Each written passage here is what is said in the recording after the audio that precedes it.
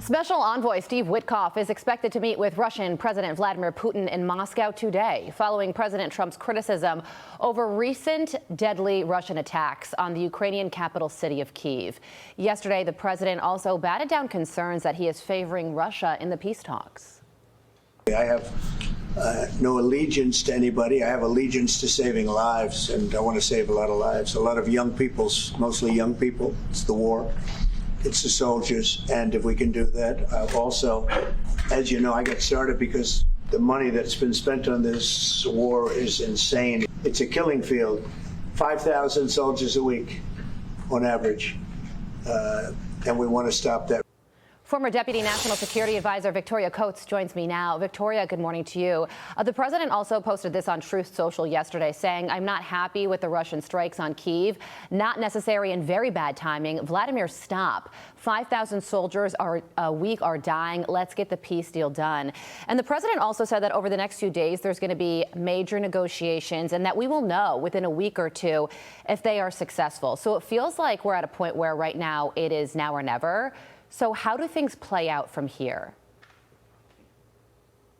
Well, good morning, Carly. Yes, I think the president's very serious about this. He campaigned on it, that the war in Ukraine has just been a very destructive, bloody sort of grind. And we also have hundreds of billions of American dollars that have been tossed into this conflict with really no resolution in sight. And I think he thinks this is time for this to end. And so, he has tried very hard. Special Envoy Witkoff, Special Envoy Kellogg have both been very engaged in this, trying to get to a resolution. And importantly, at least they're talking to the Russians. There was no communication with the Russians whatsoever during the Biden administration. And that's one reason this war has gone on for more than 3 years. So I think, yes, this is a very important moment. We'll see if the Russians are ready to make a deal. We'll see if the Ukrainians are ready to make a deal. But the president has certainly done everything he can to bring this to a resolution. So the talks are happening. You're right about that. But what happens, Victoria, if they fail? The president hasn't said what that would mean for Russia or Ukraine either. He has just said that he wouldn't be happy if that happens. No, and that's not a good thing for the rest of the world when the president of the United States isn't happy. So I very much hope that Russia and Ukraine get to yes on this one. But he's also shown during the first term that if he doesn't get to a good deal, a deal that's going to be beneficial for the American people, he'll walk away. That's what he did with North Korea during the first term. So, this is not going to go on forever. We're not going to be in some infinite diplomatic dance.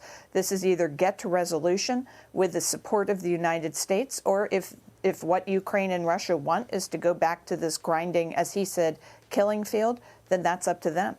Okay, so from Europe to the Middle East we go. Here are the president's latest thoughts when it comes to Iran. I think we're doing very well with respect to Iran, and we're having very serious meetings. We're doing a lot of things, I will say, but that one is well on its way. We could have a very, very good decision, and a lot of lives will be saved. Okay, so there's also this from Axios, Victoria. Secretary of State Marco Rubio reportedly said that the U.S. would agree to Iran retaining a civilian nuclear program, but only if Iran does not insist on enriching uranium domestically. So what does that really mean? And is that something that Iran could agree to and possibly lead to a deal getting done here? Well, it's something Iran should agree to. And again, here we have lines of communication open, Carly, that were not open during the Biden administration, even though they stopped enforcing the first Trump term sanctions and tried to give Iran economic relief sort of preemptively. The president has done the opposite. He's reimposed those sanctions on Iran, but then demanded direct negotiations. And that's what's been going on. So now we're actually talking to the Iranians. We're hearing their side of the situation. They are getting our red lines.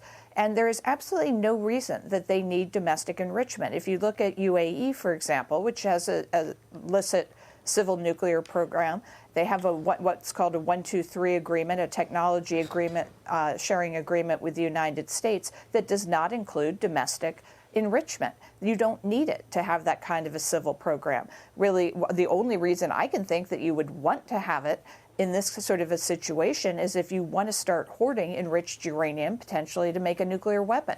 So that is a concession if the Iranians are honest in their insistence that they want just a domestic nuclear program. That is a concession they could make at no cost to them, because UAE has a robust program without that. So I think that's a very good condition for Secretary Rubio to set. Well, more talks are going to be happening in the coming days, and we will be watching how it all unfolds.